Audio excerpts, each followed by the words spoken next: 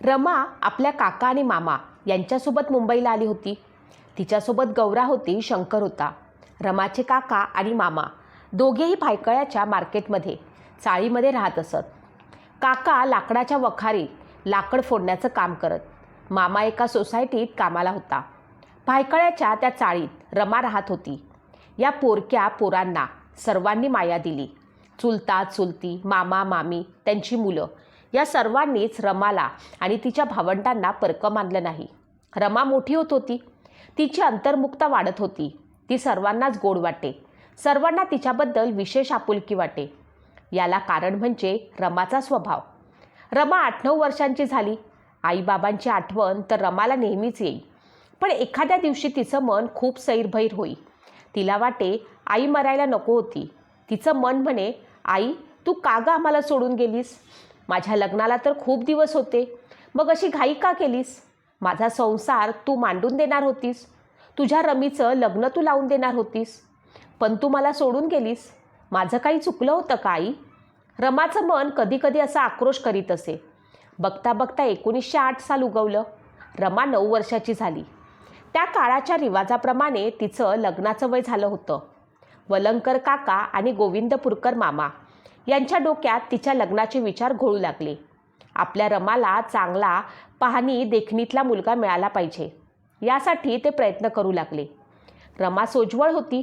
अत्यंत शांत स्वभावाची होती. एखाद्या सुस्वभावी मुलाशी आपल्या रमाचं लग्न लावून द्यावं हा विचार त्यांच्या मनात एरझाऱ्या घालू लागला. पण मनासारखं स्थळ जुळून येत नव्हतं. दुसरीकडे रामजी सुभेदारांचा मुलगा भीमराव 9व्या वर्गात शिकत होता. रामजी सुभेदार मुंबईतच लोअर परळच्या डबक चाळीत राहत होते. एकाच खोलीचं घर होतं. या एका खोलीत सर्व व्यवहार चालत. इथेच सुभेदारांचा लाडका भीमराव अभ्यास करीत असे. तो बळकट शरीराचा आणि सुंदर मुलगा भराभर पास होत चालला होता. परळच्या या डबक चाळीतील सर्वांचे डोळे भीमरावांकडे लागले होते. या मुलाच्या लहानपणापासूनच सुभेदारांचा त्या मुलावरती विशेष लोभ होता. काय कोणास ठाऊक, पण या मुलात काही वेगळं आहे असं त्यांना नेहमी वाटे. भीमराव 5 वर्षाचा असताना त्यांची आई देवाघरी गेली होती. त्यामुळे सुभेदारांची मोठी बहीण मीराबाई त्यांच्यावरती विशेष माया करीत असे. त्यांचं, त्यांच्या रूपाचं, त्यांच्या चालण्या बोलण्याचं तिला खूप कौतुक वाटत असे. आपला भाचा तिला वाघ वाटे. भावाजवळ ती मोठ्या कौतुकाने सांगे, साऱ्या मुलांमध्ये माझा भाचा राजाच दिसतो. तेव्हा रामजी सुभेदार म्हणत, ताई त्याच्या डोळ्यात तेज तरी किती आहे ते पहा. दादा होऊ दे त्याच्या मनासारखं. तो अभ्यास तरी किती करतो, पाहावं तेव्हा वाचत आहे. असं देहभान विसरून वाचत राहणारा मुलगा मी तर पाहिलेलाच नाही. खरं आहे, जगावेगळा अभ्यासाचा त्याचा छंद पाहिला की जीव असा गदगदून येतो. भीमरावांचं असं कौतुक घरात चालत असे. रामजींनी भीमरावांना पुस्तकं देण्यासाठी काही कमी कष्ट घेतले का? पैसे नसत तेव्हा ते दागिने गहाण ठेवले जात. दागिने नसायचे तेव्हा मुलीकडे जाऊन पैसे उधार आणले जात. रामजी सुभेदारांनी त्यांच्या पुस्तकाची मागणी कधीच नाकारली नाही. ते वाचनात असा देहभान विसरतात हे त्यांच्या लक्षात आलं. तेव्हापासून त्यांनी भीमरावांना कोणतंच काम सांगितलं नाही. मुलाला जागवायला रात्री अपरात्रीचे ते जागे राहत. भीमरावांचं 9वीचं वर्ष संपत आलं होतं. त्यावेळेच्या रिवाजानुसार रामजींच्या डोक्यात भीमरावांच्या लग्नाचे विचार भिरभिरू लागले आणि रामजी सुभेदार यांनी आपल्या लाडक्या मुलासाठी मुली शोधायला सुरुवात केली. भीमरावाला मुलगी कशी हवी? रामजी आंबेडकरांनी काही आडाखे मनाशी बांधले होते. मुलगी सुंदर पाहिजे, सुशील पाहिजे, सर्व कुटुंबाला सांभाळून घेणारी पाहिजे. भीमराव विद्यार्थी आहे, जगावेगळा विद्यार्थी आहे. तो शिकून सवरून खूप मोठा होणार याबद्दल रामजींच्या मनात संदेह नव्हता. तेव्हा भीमरावांच्या शिक्षणात आडकाठी होणार नाही अशी मुलगी पाहिजे. त्याच्या स्वभावाला तिच्या स्वभावानं साथ दिली पाहिजे. या वाढणाऱ्या झाडाला तिनं पाणी घातलं पाहिजे, त्याला जपलं पाहिजे, असं रामजी आंबेडकरांच्या डोक्यानं खूप काही मनाशी ठरवून टाकलं होतं. त्यामुळे मुलगी पाहताना त्यांचा खूप गोंधळ उडे. त्यांनी एक मुलगी पाहिली, ती पसंत पडली. दुसरी पाहिली तेव्हा पहिलीची दुसरीशी त्यांचं मन तुलना करू लागलं. पहिली काही गुण कमी दिसू लागले. पहिलीला नकार दिला, दुसरी पसंत पडली. पण परत त्यांना तिसरी मुलगी पाहिली. आता दुसरीची आणि तिसरीची तुलना होऊ लागली. एके दिवशी ते भायखळा मार्केटजवळील चाळीतील वलंगकरांकडे गेले. कोणीतरी त्यांना सांगितलं की वलंगकरांकडे लग्नाची मुलगी आहे. ती मुलगी छान आहे. रामजी सुभेदार तिथे जाऊन धडकले. आगत स्वागत झालं, फराळ झाला, चहा झाला, पानसुपारी झाली. रामजींनी विषय काढला. वलंगकर हे रमाचे काका आणि गोविंदपूरकर हे मामा दोघेही बसले होते. रामजी सुभेदार हे आपल्या मुलाबद्दल सांगत होते. माझा मुलगा पुढच्या वर्षी मॅट्रिक पास होणार. मोठ्या गौरवानं ते भीमरावांबद्दल सांगत होते. एवढं मोठं स्थळ आपणहून चालून आलं होतं. एवढा शिकलेला मुलगा, आपल्यात इतका शिकलेला मुलगा तर वलंगकर काकांनी आणि गोविंदपूरकर मामांनीही पाहिलेला नव्हता. त्यांना काय बोलावं ते सुचेना. इतका आनंद त्यांना वाटत होता. पण रमा तर काहीच शिकली नव्हती. आपली रमा शिकलेली आहे हे गृहीत धरून रामजी सुभेदार आपल्या रमाला मागणी घालायला आले असावेत. रमा शिकलेली नाही हे कळताच ते रमाला नकार देतील आणि उठून चालायला लागतील असं रमाच्या काकाला आणि मामालाही वाटत होतं. त्यामुळे मनातून ते घाबरले होते. पण काही झालं तरी खरं काय ते सांगावं आणि रमाला त्यांनी पदरात घ्यावं अशी कळवळीची विनंती सुभेदारांना करावी असं वलंगकर काकांच्या मनात आलं. आणि ते म्हणाले, आपला मुलगा एवढा शिकलेला, आमची रमा तर काहीही शिकलेली नाही. हो, उद्या सांगितलं नाही असं होऊ नये. गोविंदपूरकर मामांनी पुष्टी जोडली. ते म्हणाले, आमची रमा पोरकी आहे सुभेदार साहेब. लहानपणीच तिचे आईबाबा वारले. गांजलेला जीव आहे आमच्या रमाचा, पण मुलगी मोठी समजूतदार आहे. रामजी सुभेदारांचा कल रमाकडे आणखी झुकला. त्यांच्यातला कनवाळू पिता रमाच्या पोरकेपणानं क्षणभर हलला. ते थोडे हळवे झाले. मितभाषी, मर्यादशील, सोज्वळ आणि मृदू स्वभावी रमाची निवड त्यांनी भीमरावांसाठी केली. मनातल्या मनात त्यांनी तो निर्णय पक्का केला.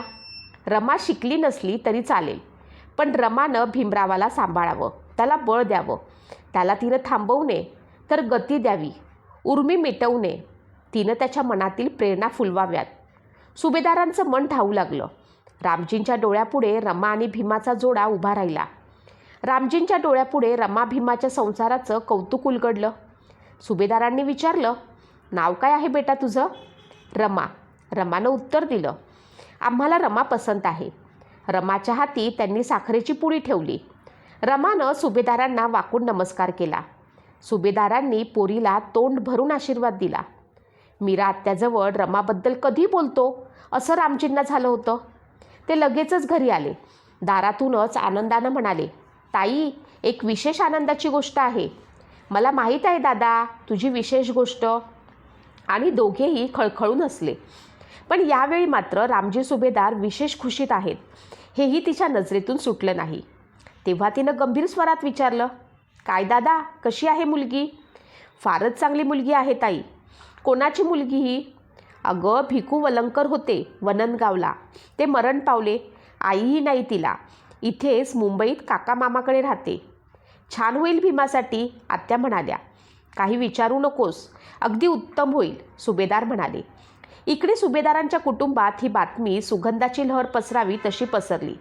वलंगकर काकांचे आणि गोविंदपुरांकरांचे घरही तिकडे हवेत झोके घेऊ लागलं.